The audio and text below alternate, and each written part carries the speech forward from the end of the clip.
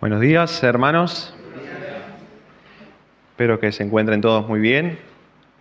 Le agradezco al Señor que me da la oportunidad de predicar su palabra una vez más y compartir con ustedes la continuación de lo que es nuestro estudio sobre el libro de Génesis.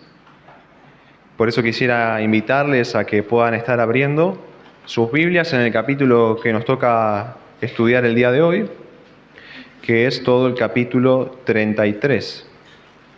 Génesis, capítulo 33.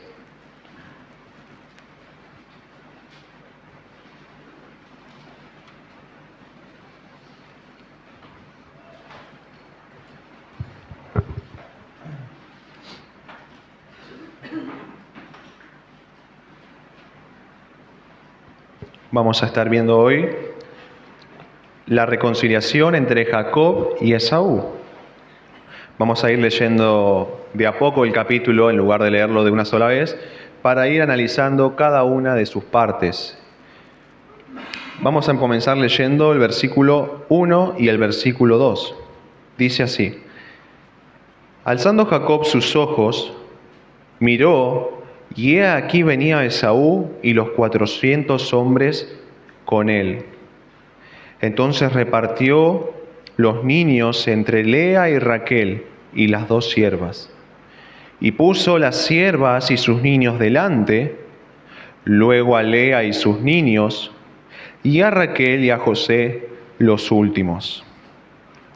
Bueno, nosotros sabemos que habían pasado muchos años desde que Jacob había huido de su tierra, y se trataba de una salida, por cierto, que no había sido pacífica, ya que él tuvo que escaparse de allí debido a que Esaú, su hermano, se consolaba con la idea de matarlo, ya que Jacob, en un acto de astucia y engaño, como habíamos visto, le quitó la bendición que su padre Isaac pensaba otorgarle a él, a Esaú. Y ahora, después de muchísimo tiempo, Jacob regresa a la tierra de la cual había huido, pero ya no lo hace solo, sino acompañado de toda la familia y de las posesiones que Dios le había dado mientras estuvo lejos en la tierra de Padán Aram durante todos esos años. Sin embargo, su retorno a la tierra de Canaán implicaba atravesar una situación difícil. Él se reencontraría con su hermano Esaú, a quien había perjudicado grandemente. Él ya no escaparía más de la presencia de su hermano, sino que más bien tenía que encontrarse finalmente con él, cara a cara.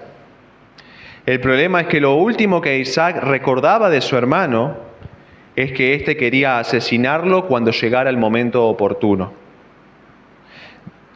Después de eso, él se escapa a la tierra de su madre, donde no volvió a tener más noticias sobre Esaú.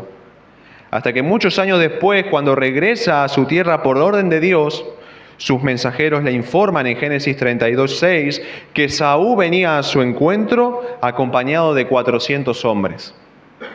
Y sin duda que esa noticia despertó un gran temor y una gran angustia en el corazón de Jacob. Él comenzó a hacer asociaciones en su mente. Él sabía que Esaú, por un lado, quería matarlo años atrás, y que ahora venía a su encuentro con 400 hombres. Por lo tanto, él se anticipaba a pensar que seguramente su hermano iba a cobrar venganza por haberlo perjudicado en aquella ocasión. De ser así, entonces Esaú lo iba a destruir a él y a todo lo que él tenía. Esa era la oportunidad que él estaba esperando, pensaba Jacob. De ahí las decisiones que él empieza a tomar y que demuestran el temor y el mal pronóstico que él tenía dentro de su corazón. Por eso el inicio del capítulo 33 nos comienza mostrando que cuando Jacob vio con sus propios ojos que su hermano venía hacia él con 400 hombres, entonces él se prepara de una manera que demuestra lo que él creía que podía llegar a suceder. Él suponía que una destrucción podría venir sobre él y sobre los suyos que lo acompañaban. Así que no quiso exponerse al riesgo de perder a toda su familia. Jacob quiso que en caso de un ataque, su pérdida fuese lo más pequeña posible. Así que lo que hace es idear un plan. Él dividió a su familia en 3 grupos. El primer grupo estaba conformado por sus concubinas y sus hijos. El segundo grupo estaba conformado por su esposa Lea y los hijos que Lea le había dado a luz. Y el tercer grupo lo compondría su otra esposa Raquel y su hijo José. Pero hay un detalle importante en este plan ideado por Jacob. Y este es el orden en el que él acomodó, ordenó o dispuso a estos grupos para el encuentro con Esaú. Si ustedes notan, el grupo que iba adelante era el de las 2 siervas o el de las 2 concubinas con sus hijos. El grupo del medio era el de su esposa Lea con los hijos de Lea. Y el último grupo era el de Raquel con su hijo José. Y este orden no es por azar o casualidad, sino que más bien refleja de manera clara qué lugar tenía en su corazón cada uno de estos grupos familiares. ¿Y por qué digo esto? Bueno, pensemos por un momento. Si Esaú decidía arremeter contra Jacob y todos los suyos, pregunto, ¿cuál sería el primer grupo en sufrir el ataque? Obviamente, el grupo que iba adelante, el primer grupo, el de las siervas con sus hijos. Ese era el grupo más expuesto. Y con la misma seguridad podemos afirmar que el grupo que más chances tenía de sobrevivir frente a un ataque era el que iba detrás de todos. Porque al encontrarse en ese lugar, tendría la posibilidad de huir si veía que los grupos que iban delante eran atacados por los hombres de Esaú. Así que el orden en el que Jacob dispuso a estos grupos nos deja ver a nosotros lo que Jacob más amaba. Porque aquello que era el objeto de su mayor amor fue lo que él más cuidó en medio de esta situación amenazante. Por la forma en que él ordenó a estos grupos, él mostró que su esposa Raquel y su hijo José eran las personas de su familia a las que más Jacob amaba. Raquel y José eran lo último que él quería perder.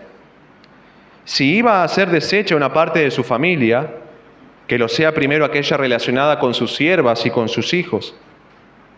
Y si aún tenía que perder otra parte de su familia, que entonces sea Lea con sus hijos. Y luego recién en último lugar, si ya no quedaba opción y lo tenía que perder todo, entonces que le tocara el turno a Raquel y a José.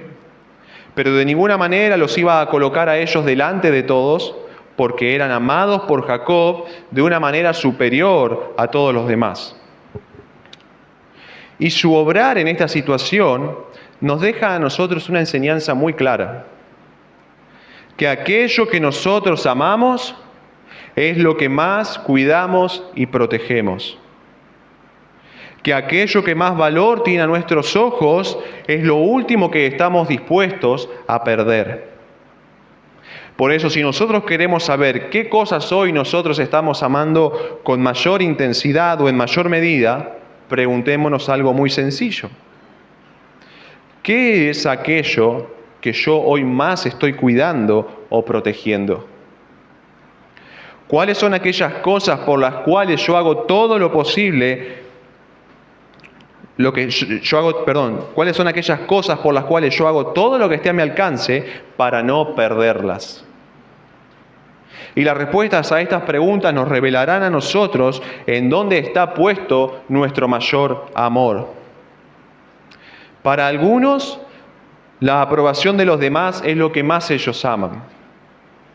Y es tan alto el amor que estas personas tienen por la opinión de otros que están dispuestas incluso a ocultar su fe en Cristo con tal de no sufrir rechazo o burla. Para otros, el mayor objeto de su amor son ellos mismos, su propio ego. a tal punto que cuando son ofendidos por otros, están dispuestos a pelearse incluso con amigos y familiares con tal de no sentirse rebajados o de dar el brazo a torcer. Y para otros su mayor amor se encuentra en sus vicios, a tal punto que están dispuestos a hundir a su propia familia en la ruina con tal de no abandonar sus placeres pecaminosos. Llámese juego, llámese alcohol, llámese droga o el nombre que usted quiera. Ellos pueden perder lo que sea, pero no lo que ellos quieren. Pero si hay algo en lo que creo y estoy convencido que se ve reflejado lo que amamos, o lo que más amamos, es en la administración de nuestro tiempo. Pregúntese, hermano, por un momento, ¿cuáles son aquellas cosas que en tu día decides dejar de hacer para poder hacer otras? Vuelvo a repetir esa pregunta. ¿Cuáles son aquellas cosas que en tu día habitualmente decides dejar de hacer para poder hacer otras? Cuando estás corto de tiempo, ¿qué tiendes a sacrificar de tu cronograma? ¿Sacrificas a Dios? ¿Sacrificas a la iglesia? ¿Sacrificas a tu familia? ¿Sacrificas tu salud? ¿O sacrificas otras cosas como tu serie de Netflix, tu salida con amigos, tus pasatiempos, tus anhelos, tus proyectos, etcétera? ¿Qué tiene más peso para ti? Aquello que más amamos es lo que más cuidamos. Y de la misma manera, aquello que amamos menos es lo que tendemos a sacrificar primero, con tal de no perder lo que es más valioso a nuestros ojos, o lo que es el objeto de nuestro mayor amor. Así que, querido hermano, preguntémonos lo siguiente: ¿qué es lo que más estamos amando en nuestra vida? ¿Acaso es Dios? ¿O hay otras cosas que ocupan ese lugar? Quizás podamos estar desenfocados en algún momento de nuestra vida. Quizás podamos ser cristianos que hoy nos damos cuenta de que Dios no es lo más importante para nosotros. Y quizás no amamos a Dios como debemos porque no le conocemos tan bien como deberíamos conocerle. Y porque nos olvidamos muy fácil de lo que Él ha sacrificado por nosotros para salvarnos. Él sacrificó a su Hijo Jesucristo. No lo retuvo en el cielo, sino que lo entregó por todos nosotros. ¿Con qué fin? Para que muriese por nuestros pecados y así pudiéramos ser perdonados y reconciliados con nuestro Creador. Lo triste es que nosotros a veces, en lugar de corresponder a ese amor tan incomprensible, le sacrificamos a Él para dedicarle tiempo a cosas de menor importancia. Sacrificamos nuestro tiempo de lectura de la palabra diario, sacrificamos nuestro tiempo de oración, sacrificamos nuestra asistencia a los cultos, sacrificamos nuestro servicio en la iglesia, etcétera, etcétera. Por eso, hermanos, que podamos recordar lo que Dios es y lo que Él hizo por nosotros y el sacrificio que hizo por nosotros para así amarle y priorizarle en cada uno de nuestros días y en nuestras decisiones. Continuemos leyendo el versículo 3. Dice así: y él, es decir, Jacob, pasó delante de ellos y se inclinó a tierra 7 veces hasta que llegó a su hermano. Bueno, Jacob estaba aterrado, como vimos, porque se iba a encontrar con Esaú. Y cuando digo que él estaba aterrado, no es una exageración, sino que más bien lo afirmo porque es algo evidente en la lectura de esta historia. Si ustedes recuerdan lo que leímos domingos atrás, se darán cuenta de que en el capítulo 32 se nos dice que cuando Jacob se entera que su hermano venía a él con toda esa cantidad de hombres, entonces él tuvo gran temor y se angustió. Y distribuyó el pueblo que tenía consigo y las ovejas y las vacas y los camellos en 2 campamentos. Y dijo: si viene Esaú contra un campamento y lo ataca, el otro campamento escapará. Y luego él ora al Señor diciendo: líbrame ahora de la mano de mi hermano, de la mano de Esaú, porque le temo. No venga acaso y me hiera la madre con los hijos. Y al terminar su oración, Jacob envía a Esaú un gran presente de animales por medio de sus siervos, con la esperanza de calmar o apaciguar la supuesta ira de su hermano antes de encontrarse con él cara a cara. Eso es lo que afirma Jacob en Génesis 32:20, cuando dice: apaciguaré su ira con el presente que va delante de mí, y después veré su rostro, quizás le seré acepto. Por eso podemos afirmar que Jacob estaba aterrado. Él creía que su hermano todavía guardaba ira y resentimiento por lo que había ocurrido años atrás, y que ahora iba a llegar el momento en el que él hiciera pagar por su mal obrar. Jacob suponía con mucha seguridad que la actitud de su hermano Esaú iba a ser de hostilidad y venganza. Y por lo tanto, él hizo todo lo posible para evitar que este escenario trágico se diera cuando se encontraran. Dividió todo lo que tenía en 2 campamentos. Oró al Señor para que lo librase y envió un gran presente previo al encuentro.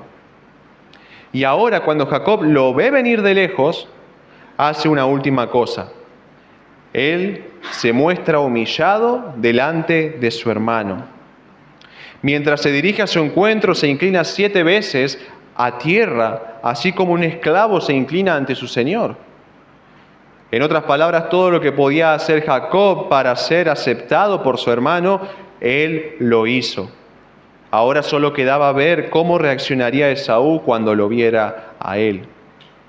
Así que la pregunta que nos hacemos es: ¿cómo actuaría Esaú para con Jacob después de lo que él le había hecho años atrás? ¿Aprovecharía él este momento para devolverle todo el mal recibido? ¿Era esta la oportunidad que tanto había esperado Esaú para ejecutar su venganza? La respuesta la tenemos en el versículo 4. Si me acompañan, dice así: pero Esaú corrió a su encuentro y le abrazó, y se echó sobre su cuello y le besó, y lloraron. Bueno, Jacob había imaginado, como vemos, el peor de los escenarios. Pensaba que dentro de poco seguramente se encontraría con un Esaú enojado y sediento de venganza que lo destruiría a él con todo lo que era suyo. Así que el miedo lo dominaba, a tal punto que ideó todo un plan para apaciguar la supuesta ira de su hermano y evitar así que éste se vengara. E incluso se humilló ante él, haciéndole reverencia 7 veces, como si él se estuviera presentando ante alguien superior. Pero Esaú, lejos de ser aquel de años atrás que quería matar a su hermano, ahora se dirige hacia Jacob para recibirlo.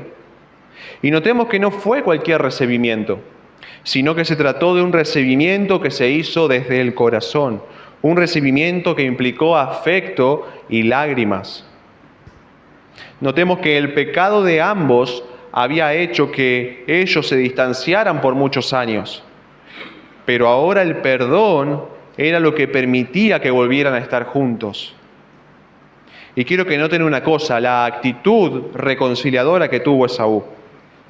Si ustedes prestaron atención al texto, el versículo 4 nos dice que quien corrió hasta donde estaba su hermano no fue Jacob, sino Esaú. Quien abrazó al otro no fue Jacob, sino Esaú. Y quien se echa sobre el cuello del otro y le besa no es Jacob, sino Esaú. En palabras sencillas, Esaú había sido perjudicado terriblemente por su hermano años atrás, pero ahora es él, el ofendido, quien se acerca a Jacob, el ofensor, y lo acepta con tanto favor. Aquel Esaú que con sus manos quería matar a Jacob hace tiempo atrás, ahora con esas mismas manos le abraza. Aquel Esaú que anteriormente dijo con sus labios que mataría a su hermano, ahora con ella lo besa. Y aquel Esaú que capítulos anteriores lloraba por lo que su hermano había hecho con él, ahora llora sobre el cuello de Jacob cuando se encuentra con él. Sin duda que estamos frente a un Esaú distinto al de aquella vez y muy diferente al que Jacob pensaba en su mente. Algo en esos años había pasado con Esaú que lo llevaron a actuar de esa manera. Algo que sin duda fue obrado por la mano de Dios, porque es mi creencia de que nadie naturalmente reaccionaría con tanto favor hacia alguien que en el pasado le ha perjudicado. Piensa por un momento, ¿cómo reaccionarías tú si alguien te hubiera hecho una gran transfugueada o una gran estafa y después lo vuelves a encontrar? Lo que sentirías naturalmente hacia él no sería favor o buenas cosas. Y viendo el caso de Saúl, a lo sumo hubiéramos esperado que no lo matase simplemente, pero que su saludo fuera frío, distante y con un ceño fruncido. Quizás hasta le hubiera hecho algunos reclamos, pero no, fue todo lo opuesto. Y una cosa más, aunque es cierto que fue Saúl quien corrió hacia su hermano, le abrazó y le besó, el texto nos aclara que ambos lloraron. No se nos menciona específicamente por qué, pero por algo es que los dos derramaron lágrimas en este momento. Continuemos leyendo los versículos 5 al versículo 7. Dice así: Y alzó sus ojos, es decir, Esaú, y vio a las mujeres y los niños y dijo: ¿Quiénes son estos? Y él respondió: Son los niños que Dios ha dado a tu siervo. Luego vinieron las siervas, ellas y sus niños, y se inclinaron. Y vino Lea con sus niños, y se inclinaron. Y después llegó José y Raquel, y también se inclinaron. Así que el momento más difícil ya había pasado. Jacob pudo corroborar que el terrible escenario que imaginaba en su mente finalmente no se iba a dar, porque se topó con un Esaú distinto al de aquella vez. Un Esaú que salió a recibirlo como a un hermano y no como a un enemigo. Pero recordemos algo, Jacob se encontraba solo cuando huye a la tierra de su madre, y ahora que había regresado venía acompañado. Él no solo había adquirido posesiones materiales durante el tiempo que sirvió a Labán, sino también una familia numerosa a la cual Esaú no conocía. Por eso, después del saludo tan afectuoso a Jacob, él levanta los ojos y ve a todas esas personas desconocidas que venían con su hermano. Por eso le pregunta: ¿quiénes son estos? Ahora es llamativo que cuando Jacob responde a la pregunta, no hace mención de sus esposas y concubinas, pero sí de sus hijos. Y en su respuesta, así como versículos más adelante, él deja ver que reconocía que todo lo que tenía se lo debía a Dios. Porque en el versículo 5 él responde: son los niños que Dios ha dado a tu siervo. Es decir, Jacob reconoce que el Señor fue quien le dio a las mujeres de Jacob la capacidad de poder concebir a esos hijos que hoy venían con él. Y nosotros venimos estudiando Génesis desde hace bastante tiempo. Y a lo largo de los capítulos podemos ver que es el Señor quien cierra o abre el vientre de las mujeres para dar a luz. Y eso Jacob lo tenía bien en claro, porque cuando su amada Raquel le reclamó que ella no podía concebir hijos, él la reprende con la siguiente pregunta: ¿soy yo acaso Dios que te impidió el fruto de tu vientre? Así que, aunque todavía no se había escrito el libro de los Salmos, Jacob coincidía en su declaración con la verdad que encontramos en Salmos 127:3, donde se dice: He aquí, herencia de Jehová son los hijos, cosa de estima el fruto del vientre. Por lo tanto, los hijos de Jacob no habían nacido por casualidad ni por azar, sino que eran una bendición que Dios había querido darle a este hombre. Y Jacob así lo reconocía. De hecho, Jacob mismo era el producto de la intervención de Dios, ya que su madre era estéril. Y cuando Isaac oró al Señor en favor de su esposa, entonces él escuchó esa oración e hizo que Rebeca concibiera. Ahora, si seguimos con nuestra historia, vemos que los diferentes grupos que Jacob había armado comienzan a llegar ante Esaú.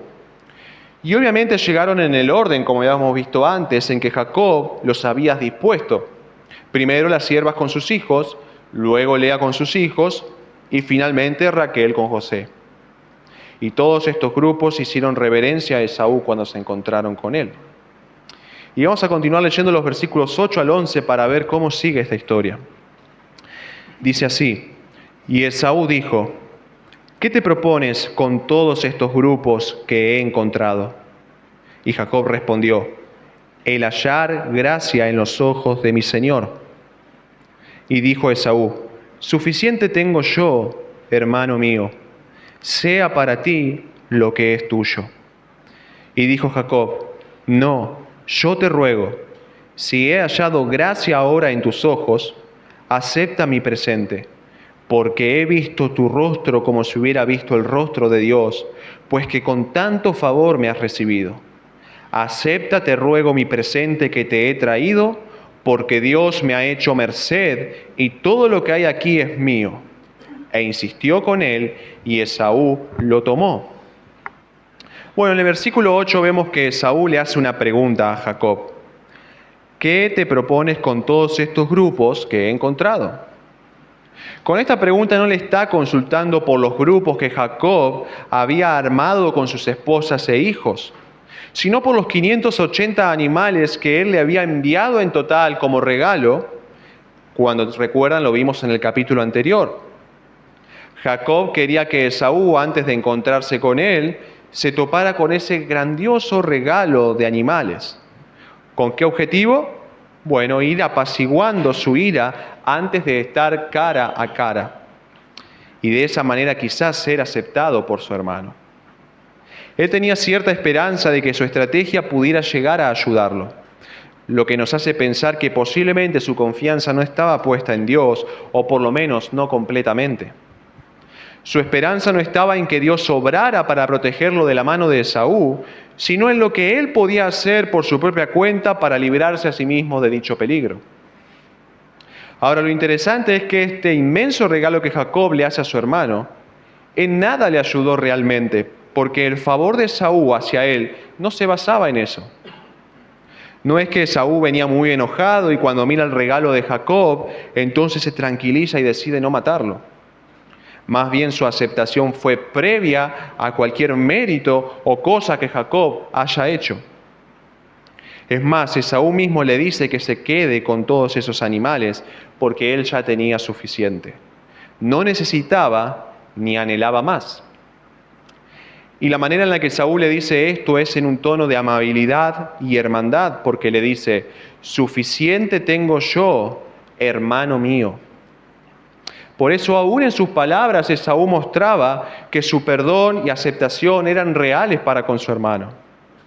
Aún en su manera de hablar vemos que ya no había resentimientos contra Jacob. Él lo llama por lo que era: hermano mío. Sin duda que estamos ante otro Esaú, un Esaú que ha perdonado las ofensas y que ha aceptado a su hermano.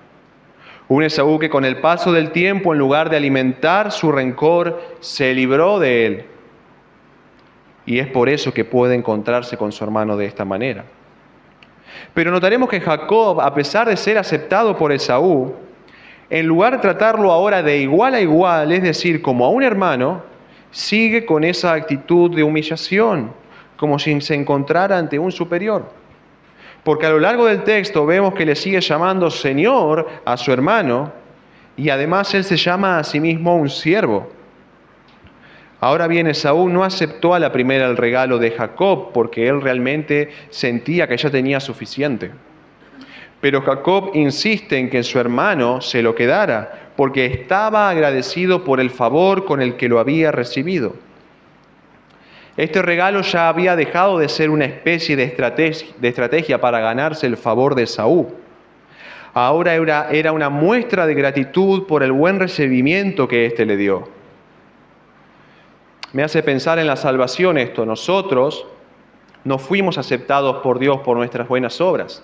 En nada nos iban a ayudar, pero ahora que Dios nos ha salvado, nuestras obras son una muestra de gratitud para con el Dios que nos salvó.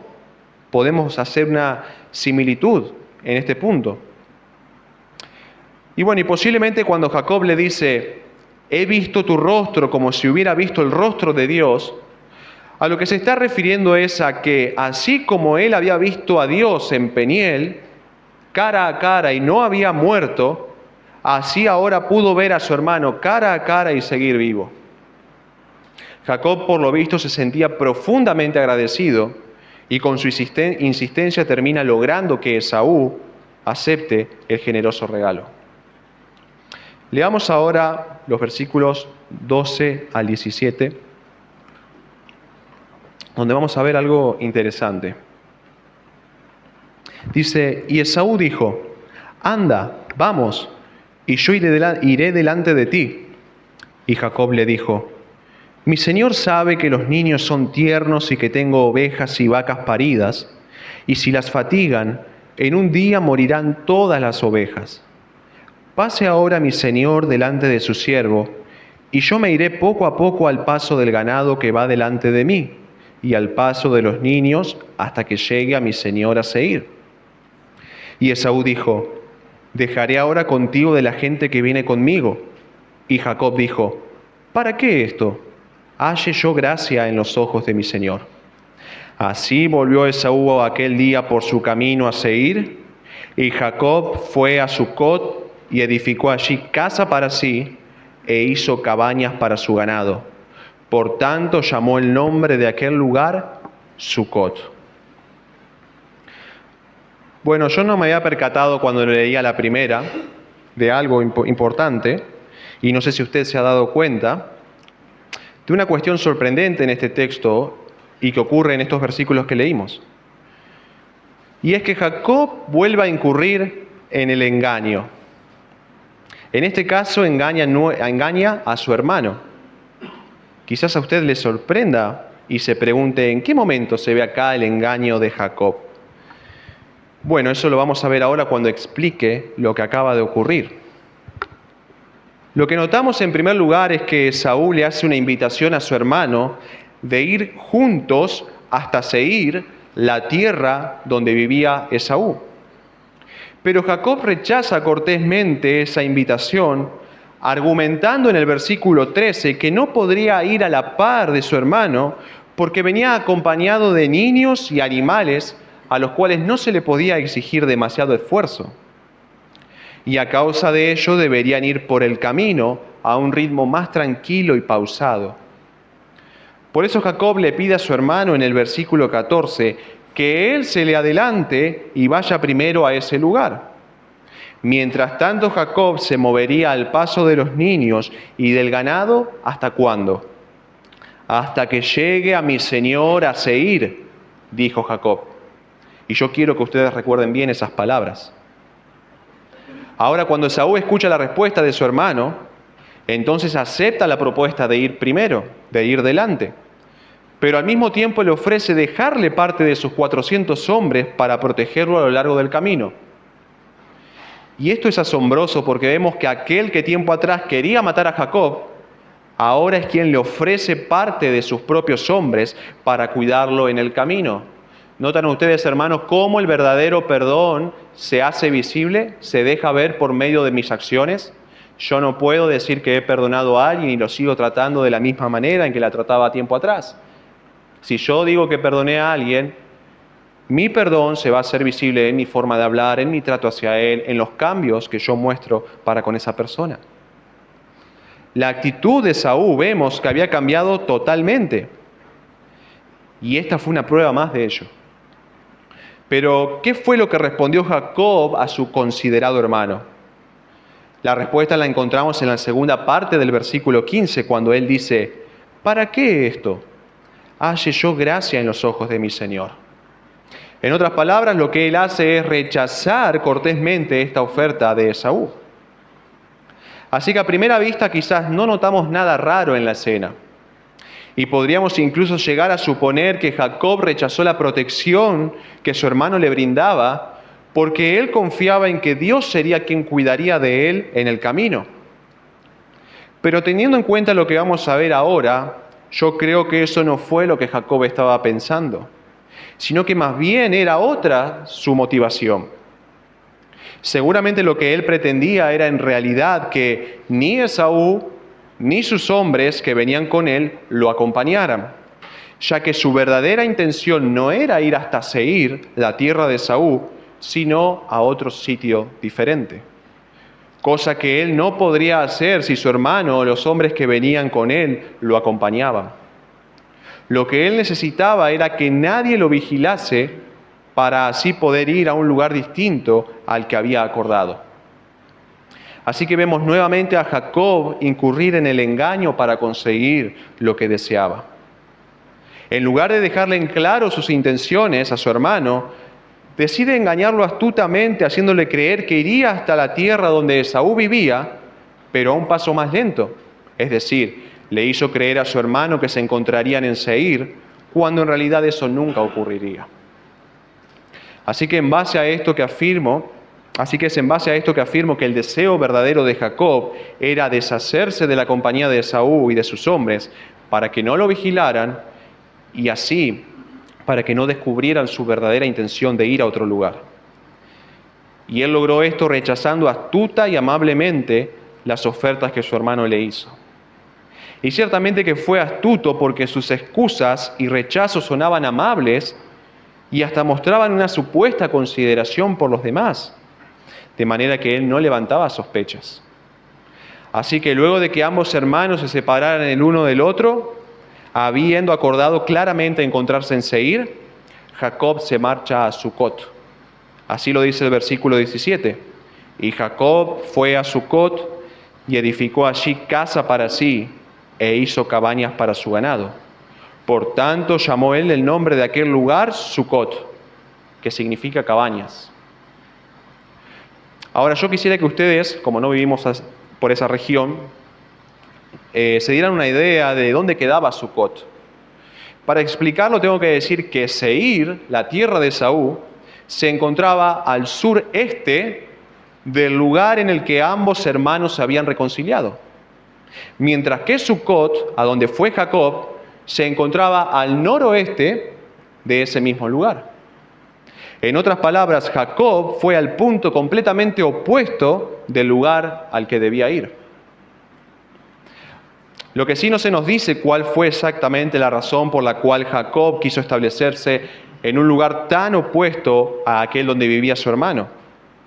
Pero es evidente que por el lugar que él eligió, él no quería estar cerca de Esaú, aun cuando éste lo había perdonado y todo había quedado bien entre ellos.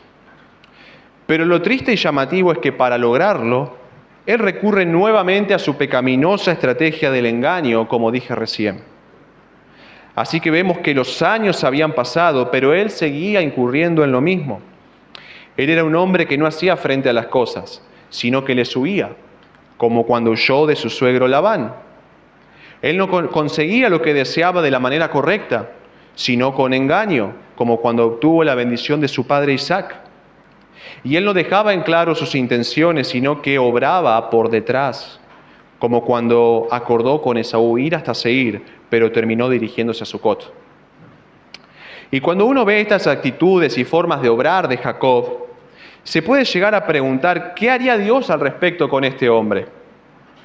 Porque él era su escogido, es decir, aquel descendiente de Isaac y de Abraham, por medio de quien Dios continuaría llevando a cabo su plan salvífico, su plan redentor, de bendecir por medio de su descendencia a todas las naciones de la tierra.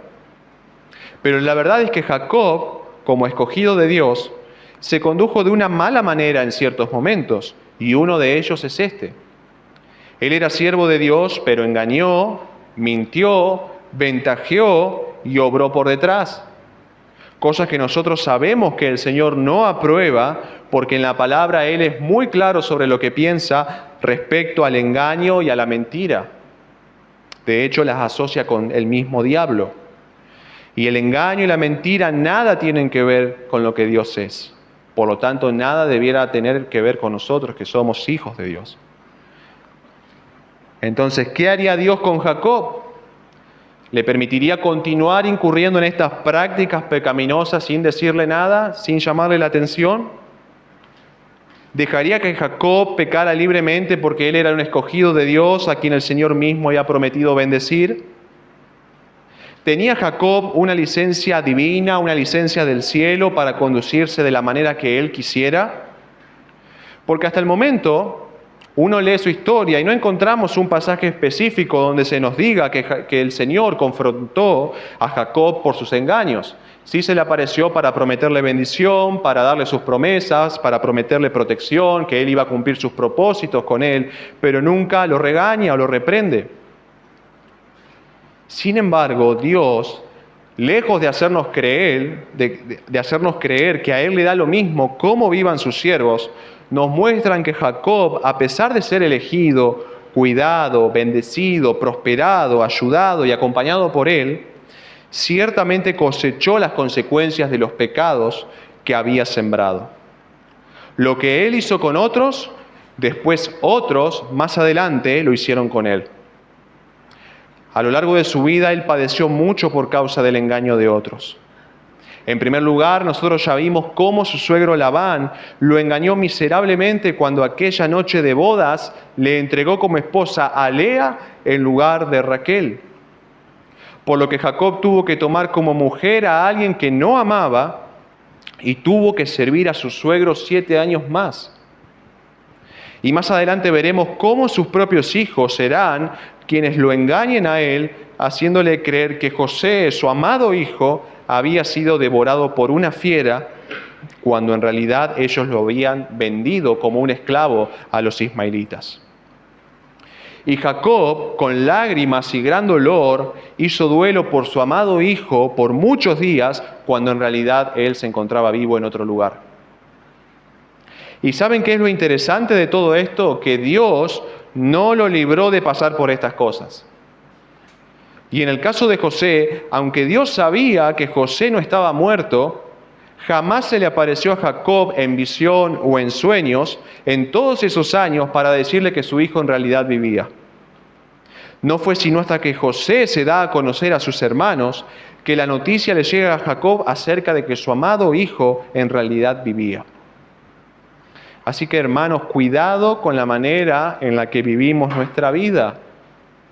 No creamos que porque Dios nos ama, nos usa en su obra y nos bendice y nos ha dado muchas promesas, entonces podemos darnos licencias para pecar y para hacer cosas que no están bien. Dios tiene el poder de hacer que nuestro pecado nos alcance y que por lo tanto cosechemos las consecuencias de nuestras malas obras, incluso en una mayor medida. Así que tengamos cuidado con lo que hacemos. Tengamos cuidado con pensar que podemos pecar libremente y el Señor no va a hacer nada. La pregunta es, ¿hay alguien en este lugar que tenga por hábito sacar ventaja económica de otras personas? Si ese es tu caso, quiero decirte que Dios puede hacer que el día de mañana tú pierdas mucho más por causa de la estafa de otra persona. ¿Hay alguien en este salón que es un hijo rebelde? Dios puede permitir que el día de mañana tus hijos sean mucho más rebeldes contigo de lo que tú eres con tus padres hoy. Y que por lo tanto ellos te hagan sufrir más de lo que tú estás haciendo sufrir a tus padres. ¿Hay alguien en esta mañana que tenga como hábito la mentira? Cuidado, no sea que el día de mañana Dios permita que seas muy perjudicado a causa de una mentira que otra persona te diga. No creamos que Dios es indiferente al pecado de sus hijos. Recordemos que el Señor al que ama disciplina y azota a todo el que recibe por hijo. Y en el caso de Jacob, como vimos, las consecuencias de su pecado lo alcanzaron años después. Continuemos leyendo versículos 17 al 20 para terminar. Volvemos a leer el 17 para darle continuación al texto. Dice así: Y Jacob fue a Sucot y edificó allí casa para sí, e hizo cabañas para su ganado. Por tanto, llamó el nombre de aquel lugar Sucot. Después Jacob llegó sano y salvo a ciudad de Siquem, que está en la tierra de Canaán, cuando venía de Padán Aram, y acampó delante de la ciudad. Y compró una parte del campo donde plantó su tienda de mano de los hijos de Hamor, padre de Siquem, por 100 monedas. Y erigió allí un altar y lo llamó El Elohe Israel. Bueno, después de haberse separado de su hermano, Jacob llega a Sucot, donde se edifica una casa para sí y cabañas también para sus ganados. Hay quien piensa que esto fue una desobediencia por parte de Jacob, ya que su llamado era ser un peregrino y extranjero en la tierra de Canaán. No, su llamado no era residir permanentemente en una parte de ella. Sí es cierto que Dios le daría la tierra como posesión a él y a sus descendientes, pero sería a su debido tiempo. De todos modos, pareciera ser que Jacob se quedó allí, en Sucot, por un buen tiempo. Y no sabemos exactamente cuánto tiempo moró en ese lugar, pero sí conocemos por el texto que finalmente él se traslada a Siquem. Es entonces cuando él acampa delante de esa ciudad, la ciudad de Siquem, y compra una parte del campo donde planta su tienda. Pero veremos por los relatos siguientes que esta no fue una buena decisión por parte suya. La pregunta es ¿por qué? Bueno, en primer lugar porque Jacob acampa al frente de una ciudad pagana, es decir, una ciudad que no tenía a Jehová como su Dios. El Dios de Jacob no era el Dios de los hombres de esta ciudad. Y era de esperarse que tarde o temprano las influencias de esa ciudad idólatra alcanzaran a Jacob y su familia al estar tan cercas los unos de los otros. De hecho, en el capítulo siguiente, que lo va a estar exponiendo Amadeo, vamos a ver cómo los hombres de esa tierra le sugerirán a la familia de Israel, de Jacob, que emparentaran con ellos. Los heveos, que eran el pueblo que habitaba esta ciudad, le darían a los israelitas a sus hijas como mujeres y los israelitas le concederían sus hijas a ellos como mujeres. Y aunque eso, por intervención divina, finalmente no terminó sucediendo, debido también a un suceso que veremos en el capítulo 34, en una próxima reunión, sí es cierto que mucho tiempo después, en la historia del pueblo de Israel, los heveos serían uno de los pueblos con los cuales los israelitas se mezclarían. Así que Jacob toma una mala decisión al establecerse tan cerca de una ciudad que no adoraba al Señor. Y acá ya podemos sacar otra enseñanza para nosotros, especialmente para aquellos que somos hombres de familia. Cuando tomamos decisiones, ¿cuáles son los criterios que nosotros utilizamos? ¿Consideramos cómo afectará en lo espiritual a nuestra familia lo que nosotros queremos hacer? ¿Con qué frecuencia exponemos a nuestra familia a la influencia del mundo con las decisiones que tomamos? Y ojo, no estoy hablando solamente de grandes decisiones que tomamos a nivel familiar, como decidir si nos vamos a mudar a vivir a otro lugar, tal como hizo Jacob en este capítulo, sino que también estoy hablando de pequeñas decisiones cotidianas que cada día tomamos y de las cuales quizás no estamos siendo conscientes todavía. Les doy un ejemplo. Un padre que en la semana no le enseña la palabra de Dios a su hijo, pero sí le da un celular, una tablet o lo que sea para que esté frente a esa pantalla mirándola por 1 o 2 horas cada día, entonces ese padre está decidiendo exponerlo al mundo. No solo por no enseñarle la palabra, sino también por exponerlo a las influencias y a las ideas que este mundo propaga. Ahora, ¿estoy diciendo que es pecado que tu hijo mire una pantalla? No estoy diciendo eso, aunque tampoco lo estoy recomendando. ¿Estoy diciendo que todo contenido que hay en las redes sociales es malo, en la televisión, en el internet? Para nada, hay contenido que es muy bueno, edificante y que da muy buenas enseñanzas.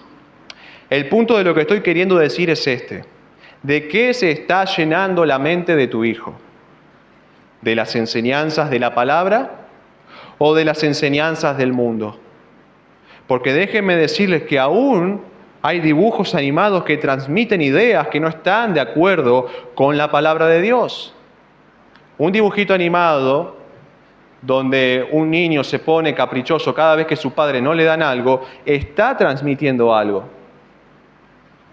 Y pudiera ser que tu hijo esté absorbiendo esas enseñanzas mundanas sin que tú te estés dando cuenta.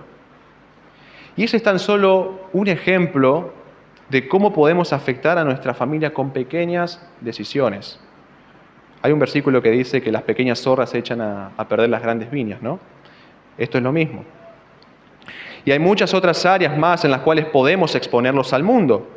Preguntémonos, ¿qué amigos elegimos para nuestros hijos?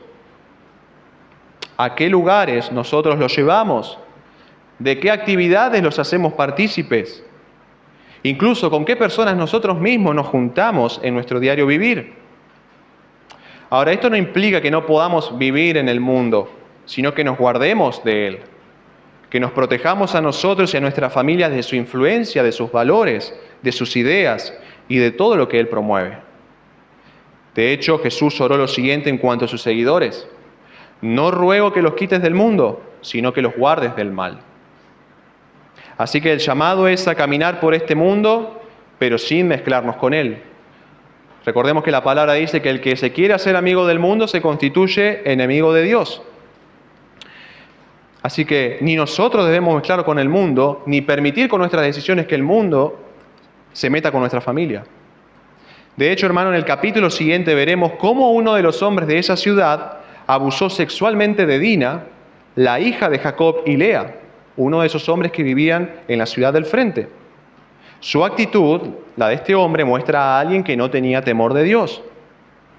Y no estoy diciendo con esto que todos los que no son creyentes son personas depravadas en su conducta, pero sí quiero que te preguntes algo. ¿Por qué yo quisiera tener relaciones profundas con personas que no tienen al Dios de la Biblia presente en sus vidas? ¿Qué tenemos en común? Nada. Pertenecemos a dos reinos diferentes, tenemos diferentes señores, diferentes intereses, diferentes valores, diferentes prioridades. Ya Pablo lo dijo en 2 Corintios 2, 14 y 15, y no necesariamente está hablando del matrimonio, cuando dice: no estéis unidos en yugo desigual con los incrédulos, pues ¿qué asociación tiene la justicia y la iniquidad? ¿O qué comunión la luz con las tinieblas? ¿O qué armonía tiene Cristo con Belial? ¿O qué tiene en común un creyente con un incrédulo? La respuesta es simple: ninguna. Así que, hermanos, ¿qué hemos aprendido el día de hoy? Bueno, en primer lugar, que las cosas que más protegemos son las que más amamos. Por eso, si nosotros queremos saber qué es aquello que es el objeto de nuestro mayor amor, preguntémonos qué cosa sería lo último que quisiéramos perder, o qué cosas estamos sacrificando para así poder hacer otras cosas. En segundo lugar, que debemos perdonar de corazón, y que el verdadero perdón se hace evidente a través de la manera en la que tratamos a otros, en cómo le hablamos, en cómo lo tratamos, en las decisiones que tomamos. El perdón verdadero se hace evidente. Yo no puedo decir que perdoné a alguien y lo trato de la misma manera. Esaú cambió, notamos un cambio en él, otro Esaú. En tercer lugar, ¿qué aprendimos hoy? Que debemos conducirnos con temor de Dios, sabiendo que Él puede hacer que nuestro pecado nos alcance. Jacob engañó para obtener la bendición que quería, pero luego otros lo engañaron a él, provocándole mucho sufrimiento. Y en último lugar, cuidado con las decisiones que tomamos, especialmente los hombres de familia. Ellas pueden acercarnos a Dios o pueden acercarnos al mundo. Y mayor cuidado debemos tener, como dije recién, si conducimos a otros, si tenemos un hogar del cual somos responsables. Recordemos que nuestras decisiones como padres de familia o esposos o hombres de familia no solo nos afectan a nosotros, sino a los que están alrededor nuestro. Y para los que todavía no son cristianos, quiero decirles que la Biblia enseña que el pecado de cada persona sin Cristo lo alcanzará en la eternidad. Quizás un hombre pueda vivir su vida de espaldas a Dios en esta tierra y parecer que nada pasa, que tiene por estilo de vida violentar cada mandamiento que Dios ha dado y parece salir ileso de su desobediencia. Pero no importa qué tanto se pueda jactar ese hombre de su maldad descontrolada, ya que un día, inevitablemente, lo quiera o no, tendrá que encontrarse con Dios para rendirle cuentas por su vida. Y entonces todos aquellos pecados cuyas consecuencias parecían no llegar nunca, se presentarán ante Él y lo condenarán por toda la eternidad. Y qué terrible, pensaba, será para ese pecador cuando Dios le haga ver todas las iniquidades que cometió con desenfreno y esa persona no tenga a nadie al lado que intervenga por él ante el trono del mismo Dios. Qué espantoso y escalofriante será para ese hombre cuando mire a su lado y allí no esté Cristo como su abogado para defenderlo. Así que si tú no tienes a Cristo, deberías estar temblando con lo que te digo. A mí me agarraba una especie de escalofrío cuando pensaba en esto. ¿Y por qué debería estar temblando? Porque en ese momento, cuando te encuentras con Dios, tu destino quedará sellado para siempre. Y ya no habrá vuelta atrás, no habrá escapatoria, aunque lo supliques con lágrimas. Recordemos que Esaú cambió su primogenitura por un plato de comida y luego no heredó nada aun cuando lo suplicó con lágrimas. No sea que tú te comportes como Él y cambies a Cristo por los placeres pasajeros y vanos de este mundo. Porque después, cuando estés frente a Dios, ya no habrá más esperanza ni oportunidad, ni perdón, aunque lo supliques con lágrimas de amargura y de arrepentimiento. Así que ven a Cristo y Él te salvará, porque el tiempo es hoy. Que el Señor bendiga su palabra.